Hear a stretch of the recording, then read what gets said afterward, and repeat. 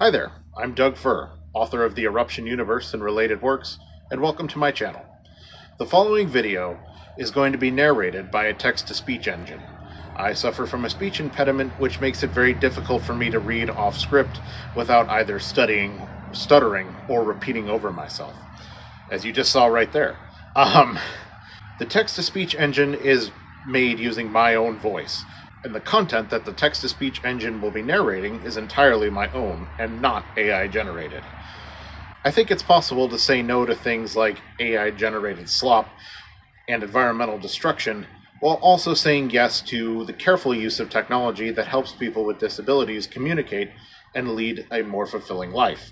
I appreciate you approaching my videos with an open mind, and I hope you enjoy the show. Thank you for watching. Eruption 7 – The Communist World. As I've alluded to in an earlier episode, the initial reaction of many in the communist world to the Yellowstone eruption was quiet elation. The day of reckoning had finally come for the Americans, and they would no longer be able to spread oppression and chaos throughout the world. This elation would slowly turn to panic, though, as the scale of the disaster became apparent. The USSR would face the same issue as the other nations of the global north: volcanic ash in the atmosphere, grounding air traffic; increased albedo, causing winter temperatures to drop, and consequently, the lowering of the snow line. This would lead to the already stagnating economy of the USSR and the Warsaw Pact to become even more unstable, and the failing harvest of 1986 would be the issue that finally pushed them over the edge. Yellowstone would replace Chernobyl as the disaster that signaled the end of Soviet hegemony. The failed harvest and global food shortages led to an inflationary spiral in the Soviet satellite states. In late autumn 1986, massive demonstrations broke out in Budapest, Prague, Warsaw, and East Berlin. The Soviets initially responded with their trademark heavy-handed approach. However, this time the oppression only led to unrest spreading. The Soviets had, of course, proudly spread the news of the West Coast seceding from the United States, and most of the people in Warsaw Pact were well aware of the Western Revolution, and evidently, they had felt inspired. I could foresee the revolutions in Eastern Europe that took place between 1988 and 1990 in our timeline, beginning in 1986. As the protests and unrest began to spread within the borders of the Soviet Union itself, they would mirror the actions of the United States and begin to consolidate their power in the regions they knew they could control. Without the US, NATO was significantly weaker, and perhaps the Soviets felt they no longer needed Eastern Europe as a buffer. They pulled back their own troops, leaving the Warsaw Pact to crumble on its own. The Berlin Wall would be torn down by the end of 1987, and the remaining communist governments of Poland, Hungary, Romania, Czechoslovakia, and Bulgaria would be overthrown and dissolved by the end of the year. As the unrest spread in the USSR, further consolidation would continue as Soviet forces withdrew from some of the non-Slavic areas of the Union.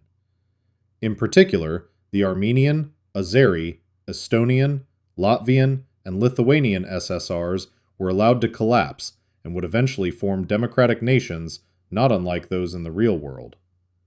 In spite of significant unrest in Georgia and the Central Asian SSRs, these regions were evidently of enough strategic importance that they were not let go.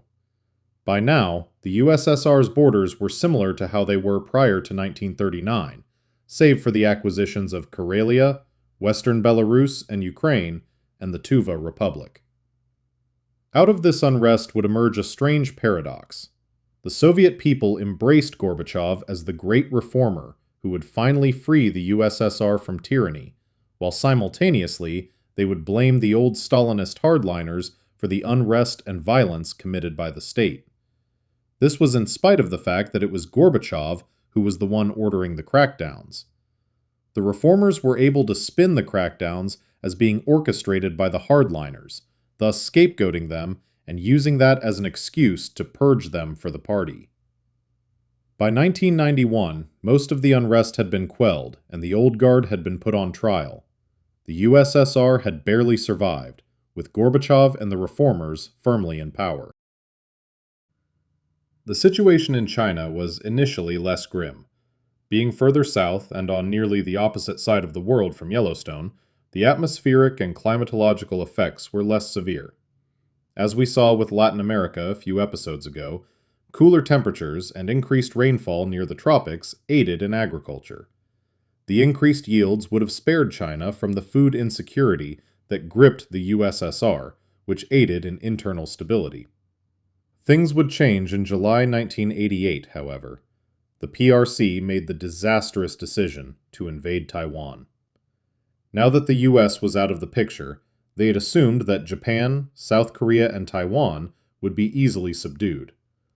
A full breakdown of Chinese military capabilities in 1988 is beyond the scope of this article, and I will leave you to do your own research on the subject. Suffice to say, they vastly overestimated their own capabilities, as is often the case in authoritarian regimes, and underestimated how difficult large-scale amphibious assaults are to actually pull off. Most crucially, however, they underestimated the tenacity and the dedication of the Taiwanese defenders.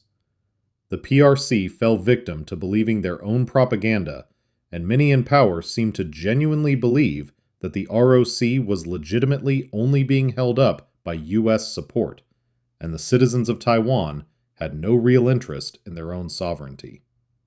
Ironically, kicking in the door didn't cause the edifice to collapse. It only strengthened the structure. It is worthy of mention, too, that in spite of the logistical issues, the US military was able to maintain a small presence in the area. We're talking numbers in the hundreds, if not less, in particular on Okinawa.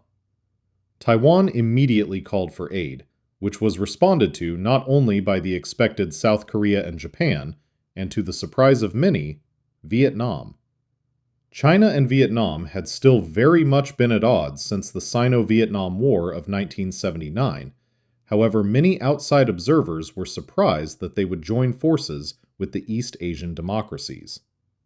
With the Soviets facing their own internal troubles, only North Korea would come to China's aid in the conflict. They were in rough shape too, however, as the loss of financial and food support from the USSR and reduced shipments from China to secure their own supplies, one could foresee the North Korean famine of the 1990s beginning after the failed harvest of 1986. After a few tactical blunders, North Korean morale would break, starting with unrest in the cities, eventually spreading to desertions and defections on the military. South Korean and Japanese forces would occupy the entire peninsula by the beginning of winter. China was now facing a war on three fronts: Korea and Japan on their northern flank, Vietnam to their south, and their beachhead on Taiwan collapsing. Public unrest was also beginning in China, as the list of failures grew longer and longer. The Tiananmen Square demonstrations began in November or December of 1988, following the arrest of former Secretary General Hu Yaobang for alleged treason. Not wishing to end up like North Korea, the PRC offered a ceasefire agreement for the war they started. This would eventually lead to the New Year's Treaty of 1989, in which the PRC would subsequently relinquish all claims to Taiwan, and the ROC would relinquish all claims to mainland China, as well as extradition of North Korean leaders to face trial in the now united Korea. Neither side was particularly thrilled with this treaty, but it brought a speedy and conclusive end to the conflict.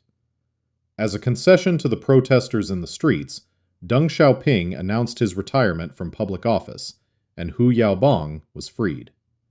If my work wasn't already banned in China, it certainly is now. China would then enter into a period of market liberalization and economic growth. Much like in our timeline, it would become a center for global manufacturing and a pervasive exporter of cheap goods. The USSR would see this and incorporate some Chinese economics into their own system. However, they would focus more on the export of raw materials rather than finished goods. By 2017, China's economy would look very similar to that of the real world, although in concrete terms, it would be slightly smaller due to more complex trade with North America. The USSR would be slightly better off economically than modern Russia. The biggest difference would be a lower degree of public corruption and less tolerance of open scams and criminality. The tools of Soviet oppression would still be in place, and the Soviet workers would have much less tolerance for such things after Gorbachev's reforms. Vietnam would slowly continue to nurture its relationships with the East Asian democracies. Naturally, there was some skepticism at first, but as their economy also opened up in the 1990s, they became close partners with the nations of the Pacific Rim. In particular, they began to cozy up to the West Coast in hopes of lucrative business investments. In a 2001 visit to Los Angeles, the Vietnamese president remarked, "California and Vietnam are natural allies. We have both been victims of American aggression against our sovereignty. The Californians who were sent to Vietnam to fight were victims of the same system of oppression that now threatens their very existence. Working together is a boon for both countries." Vietnam would become a major center of manufacturing for many West Coast companies, further siphoning off business from China. I would expect their economy to also be similar, as in the real world, perhaps slightly more affluent due to the foreign investments. Cuba also weathered the eruption fairly unscathed. The US didn't have the resources to continue meddling in their affairs, so they too gradually began to relax their security infrastructure and court outside business. The West Coast would not continue the American embargo against Cuba, and the two would have fairly warm relations. In particular, Cuba would become a popular tourist destination from the West. We are left with an uncomfortable conclusion. In this timeline, neither side won the Cold War. In fact, both superpowers befell nearly exactly the same fate. Both would suffer economic and societal collapse due to the effects of Yellowstone. Both would have large independence movements on their western frontiers that would culminate in a loss of territory, and both would be the shadow of their former selves. The conclusion most of the world would come to was not that one particular economic system was superior to the other, but rather that the very concept of superpowers as a whole was not sustainable. In the face of a major disaster, the myth of indestructibility was shattered, and they would fall just like any other empire. The immediate effect was that many countries shifted their foreign policies towards building a network of regional alliances, usually centering around a regional power that would act as the figurehead. Non-alignment and non-polarization was seen as the key to strength and survival going forward in most places. Frankly, most of the world was ready to move on from the Cold War and all the drama that came with it. This had the add-on effect that many people also came to the conclusion that rigid adherence to one economic theory was also too inflexible to react in a time of crisis. Most of the world abandoned both Leninist communism and neoliberal capitalism, at least the brand preached by figures like Reagan and Thatcher, and mixed economies would rise.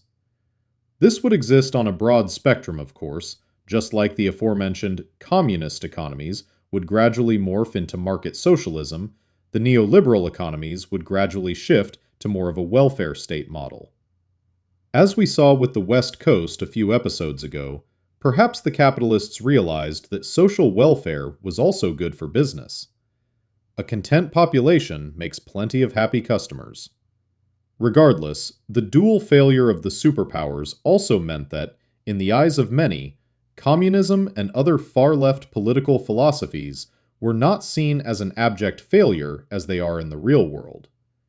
Really, the only nations that didn't see a rise in socialist candidates winning elections were the US and the UK, which still actively suppressed left-wing political parties.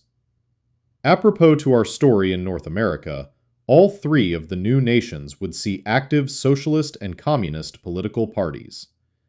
Perhaps we will delve deeper into this topic in our next episode. Until next time.